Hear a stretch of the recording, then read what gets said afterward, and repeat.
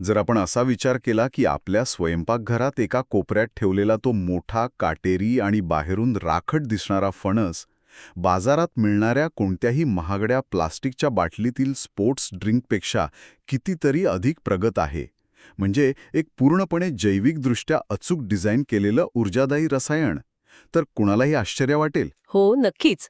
म्हणजे आपण नेहमी उन्हाळ्यातील थकवा दूर करण्यासाठी वेगवेगळ्या कृत्रिम पेयांकडे धाव घेतो.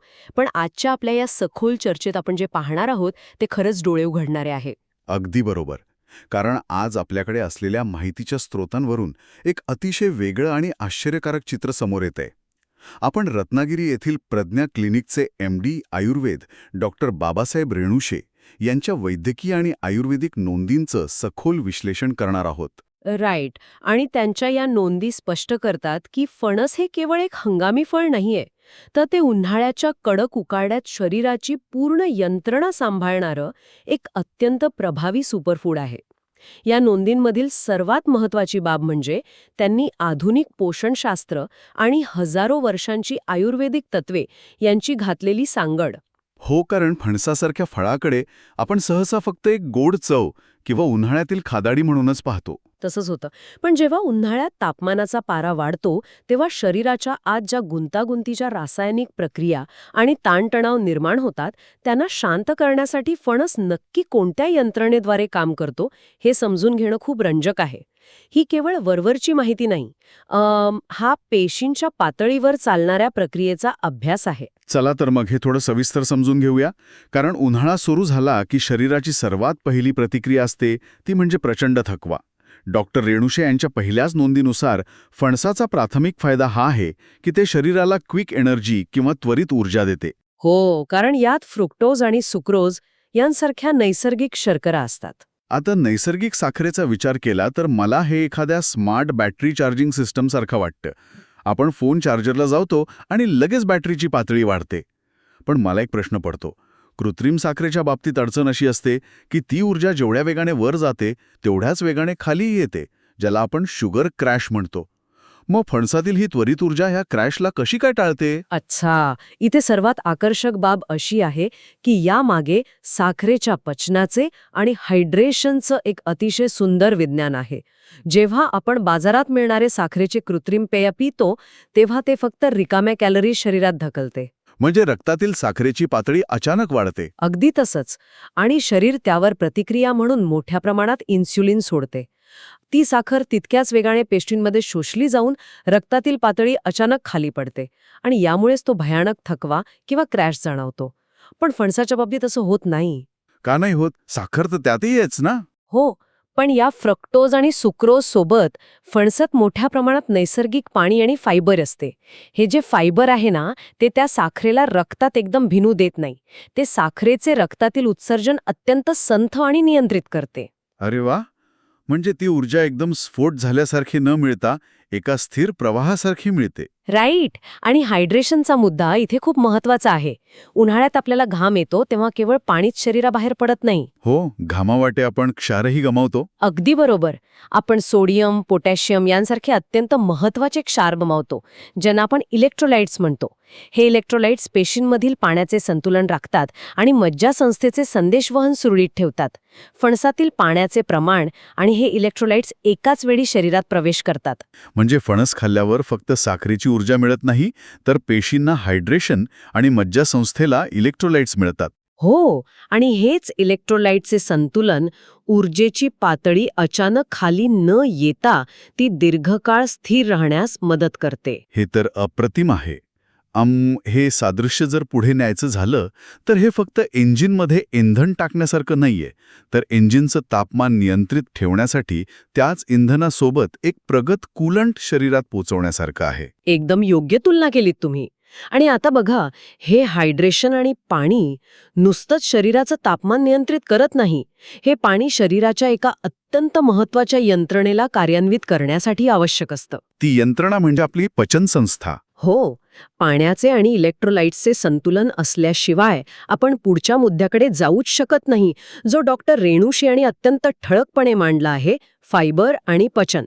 हायड्रेशन आणि पचन यांचा थेट संबंध आहे. म्हणजे जर शरीरात पुरेसं पाणी नसेल तर अन्नातील फायबर आतड्यांमध्ये जाऊन तिथेच अडकून राहील. राईट. आणि त्यामुळे बद्धकोष्ठतेची किंवा कॉन्स्टिपेशनची समस्या आणखी वाढते.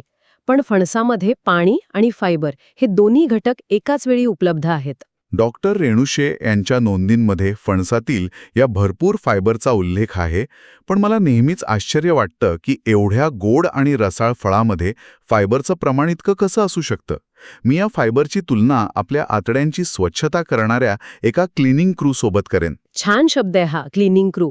पण हा क्रू फक्त साफसफाई करत नाही, तो उन्हाळ्यातील एका विशिष्ट समस्येवर काम करतो.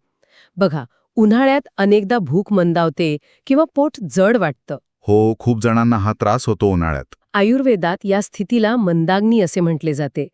उन्हाळ्यात जेव्हा बाहेरील तापमान खूप जास्त असते तेव्हा शरीराचे तापमान नियंत्रित ठेवण्यासाठी रक्ताचा प्रवाह त्वचेकडे जास्त वळवला जातो. अच्छा, म्हणजे पचन संस्थेकडे जाणारा रक्तप्रवाह तुलनेने कमी होतो.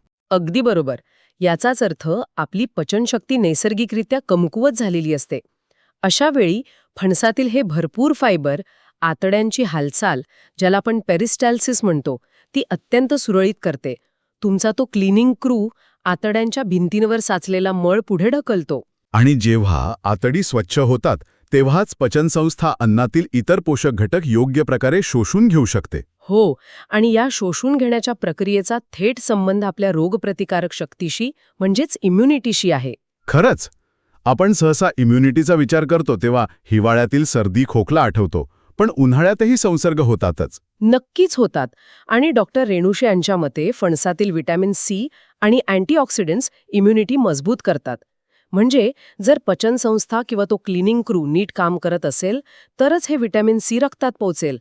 पचन हे सर्व आरोग्याचा आणि आजारांचा पाया मानला जातो. हा आयुर्वेदाचा अत्यंत महत्त्वाचा सिद्धांत आहे. म्हणजेच हायड्रेशनमुळे फायबर काम करतं, फायबरमुळे पचन सुधारतं आणि पचनामुळे इम्युनिटी वाढते. हे सगळं एकमेकांशी कसं जोडलेलं आहे हे पाहणं खरोखरच थक्क करणार आहे. हो, आणि उन्हाळ्यात उष्णतेमुळे शरीरातील पेशींवर एक प्रकारचा ऑक्सिडेटिव्ह स्ट्रेस येतो. हे जे अँटीऑक्सिडंट्स आहेत ना, ते या स्ट्रेसशी लढतात. पचन सुधारल्यामुळे शरीराची ही अंतर्गत रोगप्रतिकारक यंत्रणा अधिक चांगल्या प्रकारे काम करू शकते. पण इथे गंमत आहे.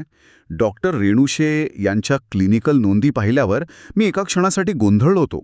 आपण एका फळाबद्दल बोलत आहोत, पण त्यांच्या नोंदी अचानक हाडांची घनता, त्वचा आणि थेट न्यूरोलॉजीकडे वळतात. हो ना, त्यांनी फणसातील आश्चर्यकारक पोषक घटकांचा, विशेषतः मेंदू आणि हाडांवरील परिणामाचा स्पष्ट उल्लेख केला आहे. हेच तर या फळाचे खरे वैशिष्ट्य आहे. जेव्हा पचन संस्था हे सर्व घटक शोषून घेते तेव्हा ते शरीराच्या वेगवेगळ्या भागांमध्ये कसे काम करतात याची यंत्रणा खूप गुंतागुंतीची आणि रंजक आहे. म्हणजे बघा, उदाहरणादाखल आपण B6 किंवा व्हिटॅमिन B6चे घेऊया. या नोंदीनुसार B6 मुळे मानसिक ताण कमी होतो आणि मूड चांगला राहतो. आता उन्हाळ्याच्या उकाड्यात आपल्याला अनेकदा अकारण चिडचिड होते, राग येतो. याला आपण फक्त उकडते म्हणून त्रास होते असं म्हणतो, पण हे खरं तर एक न्यूरोकेमिकल रिॲक्शन आहे ना. राईट. उष्णतेमुळे शरीरावर जो शारीरिक ताण येतो त्यामुळे कॉर्टिसॉल सारखी ताण वाढवणारी संप्रेरके रक्तात वाढतात. याला संतुलित करण्यासाठी मेंदूला सेरोटोनिन आणि डोपामाइन सारख्या रसायनांची निर्मिती करावी लागते, जे फील गुड हार्मोन्स असतात. अगदी. ही रसायने आपला मूड नियंत्रित करतात, आपल्याला शांत ठेवतात. पण ही रसायने तयार करण्यासाठी मेंदूला काही विशिष्ट कच्च्या मालाची गरज असते.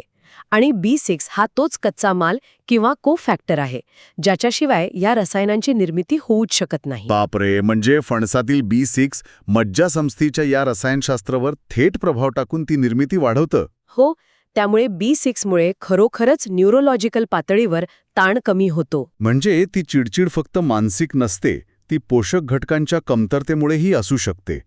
आणि हाडांबद्दल काय? आपण लहानपणापासून जाहिरातींमध्ये पाहतो की कॅल्शियम म्हणजे हाडांची ताकद, पण डॉक्टर रेणुशी यांच्या नोंदींमध्ये कॅल्शियमसोबत मॅग्नेशियमचाही अत्यंत महत्त्वाचा उल्लेख आहे. हो, तो एक खूप मोठा गैरसमज आहे की फक्त कॅल्शियम पुरेसे असते. जर मी याचं चित्र डोळ्यासमोर उभं केलं तर नुसतं कॅल्शियम खाणं हे घराच्या बांधकामासाठी फक्त विटा आणून टाकण्यासारखं आहे. पण जर त्या विटांना जोडून ठेवायचं असेल तर सिमेंटची गरज असते. आणि ते सिमेंट म्हणजे मॅग्नेशियम. खूपच छान उदाहरण दिलं तुम्ही.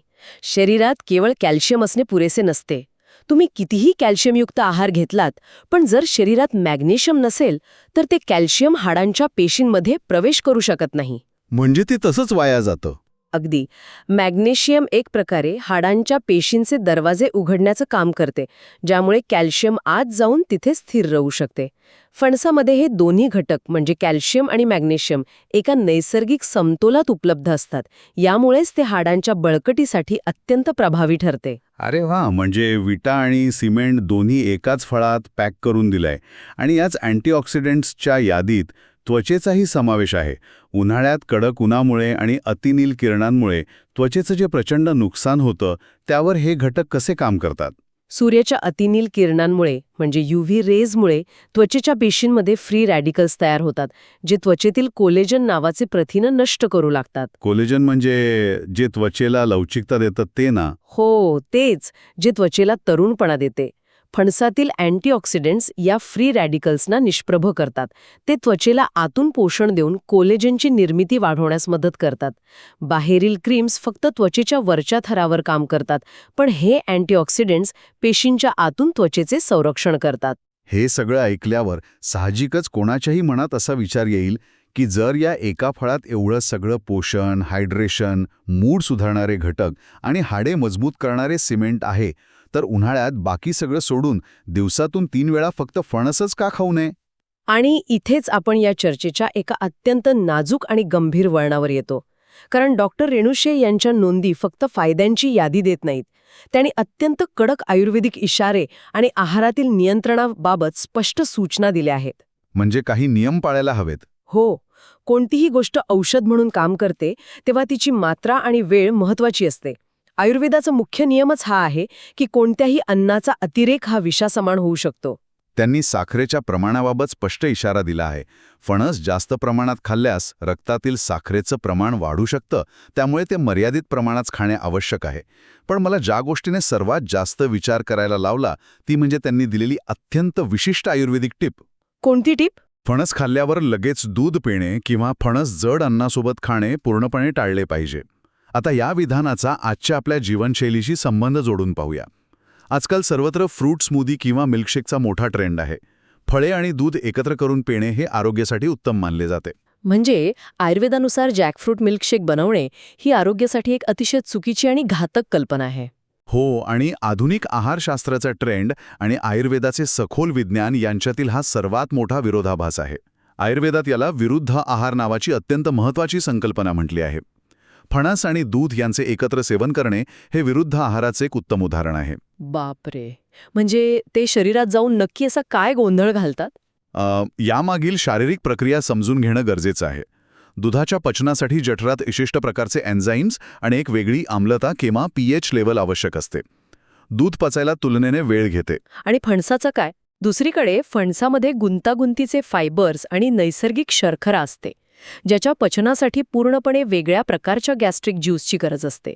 जेव्हा तुम्ही फणस आणि दूध एकत्र करून पोटात टाकता तेव्हा पचनसंस्थेला एकाच वेळी 2 पूर्णपणे भिन्न प्रकारच्या पचन प्रक्रिया राबवाव्या लागतात. तुमचा तो मगाची उल्लेख केलेला क्लिनिंग क्रू इथे पूर्णपणे गोंधळून जातो. अच्छा, म्हणजे एकाच वेळी 2 वेगवेगळ्या सूचना मिळाल्यासारखं होतं. अगदी तसंच. आणि परिणामी यापैकी एकाही पदार्थाचे पूर्ण पचन होत नाही. ते अन्न पोटात तसंच पडून राहून त्याचे फर्मेंटेशन म्हणजेच आंबण्याची प्रक्रिया सुरू होते. आणि हे पोटासाठी चांगलं नक्कीच नसणार. अजिबात नाही. या अर्धवट पचलेल्या अन्नातून आयुर्वेदानुसार आम तयार होतो. आम म्हणजे एक प्रकारचा चिकट आणि विषारी घटक, जो आतड्यांच्या भिंतींना चिकटून राहतो आणि संपूर्ण शरीरात दाह किंवा इन्फ्लमेशन निर्माण करतो. यामुळेच त्वचेचे भयंकर आजार, ॲलर्जी किंवा पोटाचे गंभीर विकार उद्भवू शकतात. बापरे, म्हणजे आपण ज्याला आरोग्यदायी स्मूदी समजून पितोय ते प्रत्यक्षात पोटाच्या आत एक विषारी रसायन तयार करत असतं. हो, म्हणूनच फणस हे इतर जड अन्नासोबतही खाऊ नये असे त्यांनी म्हटलंय. जेवणानंतर लगेच फणस खाल्ल्यास तो आधीच्या अन्नाच्या पचनात अडथळा आणेल. आणि साखरेच्या पातळीबाबतचा इशाराही त्याच अनुषंगाने येतो. फणस नैसर्गिकरित्या गोड असल्यानं जरी तो शुगर क्रॅश देत नसला तरी प्रमाणाबाहेर खाल्ल्यास रक्तातील साखरेची एकूण पातळी नक्कीच वाढू शकतो. हे टाळण्यासाठी 2 जेवणांच्या मध्ये जेव्हा जठर तुलनेने रिकामं असतं आणि शरीराला ऊर्जेची गरज असते तेव्हा फणस खाणं हा सर्वात सुरक्षित मार्ग आहे. राईट. निसर्गाचे एक चक्र असते. फणस पचायला थोडे जड असते, पण उन्हाळ्यात आपल्या शरीराला ती ऊर्जा टिकवून ठेवण्यासाठी तशाच जड परंतु पोषणमूल्यांनी युक्त अन्नाची गरज असते. फक्त ते योग्य वेळेत आणि योग्य संयोजनात खाल्ले गेले पाहिजे. दूध आणि फणस वेगळे खाल्ले तर दोन्ही अमृत आहेत, पण एकत्र केले तर ते पचन संस्थेसाठी एक मोठं संकट बनते. रेशन, पचन आणि इम्युनिटी देणारं एक उत्कृष्ट नैसर्गिक सुपरफूड आहे. आपण पाहिलं की हे फळ केवळ उन्हाळ्यातील थकवा दूर करत नाही, तर आपल्या मज्जासंस्थेमधील रसायनांपासून ते हाडांच्या संरचनेपर्यंत आणि त्वचेच्या कोलाजनपर्यंत अत्यंत सूक्ष्म पातळीवर जाऊन काम करतं. हो, आणि या निसर्गाच्या देणगीचा लाभ घेण्यासाठी त्याचा आदर करणं, त्याचे योग्य प्रमाण राखणे आणि ते खाण्याची आयुर्वेदिक पद्धत पाळणे हे तितकेच महत्वाचे आहे. विशेषतः त्या विरुद्ध आहारापासून दूर राहणे. नक्कीच. आधुनिक विज्ञानाने आज ज्या गोष्टींना विटॅमिन्स, इलेक्ट्रोलाइट्स आणि अँटीऑक्सिडंट्सच्या नावाने ओळखले आहे आणि ज्यांसाठी आपण मेडिकल स्टोअरमध्ये जाऊन सप्लिमेंट शोधतो, त्या सर्व गोष्टी आपल्या पारंपरिक आयुर्वेदिक ज्ञानाने आणि आपल्या स्थानिक फळांनी कित्येक शतकांपासून आपल्याला अत्यंत अचूक समतोलात उपलब्ध करून दिल्या आहेत. आणि कोणत्याही गुंतागुंतीच्या डाएट प्लॅनशिवाय केवळ एका स्थानिक फळाचा योग्य वापर आपले आरोग्य कसे राखू शकतो हे यावरून सिद्ध होते. अगदी बरोबर. आणि हे सर्व पाहिल्यावर एक मोठा आणि विचार करायला लावणारा प्रश्न नक्कीच उभा राहतो. आजच्या या एका फळाच्या विश्लेषणातून आपण न्यूरोलॉजी, गॅस्ट्रोएंटरोलॉजी आणि हाडांच्या आरोग्यापर्यंत प्रवास केला. आधुनिक विज्ञानाला जसा शोध आता लागतोय, ते निसर्गाने एका काटेरी फळाच्या आत आधीच सुरक्षित करून ठेवलं आहे. हो ना, हे खरंच अद्भुत आहे. जर एका साध्या फणसामध्ये निसर्गाने इतकं मोठं वैद्यकीय आणि पोषण मूल्यांचं भांडार अशा पद्धतशीरपणे लपवून ठेवलं असेल, तर आपल्या आजूबाजूला अशी आणखी किती स्थानिक आणि हंगामी फळे असतील, ज्यांची अशी अद्भुत गुपिते आणि वैद्यकीय क्षमता अजून आपल्याला उलगडायची बाकी आहे. निसर्गाच्या फार्मसीमध्ये अजून किती अचूक उपाय आपली वाट पाहत आहेत. याच एका कुतूहल निर्माण करणाऱ्या विचारासोबत आपण आजची ही सखोल चर्चा इथेच थांबूया.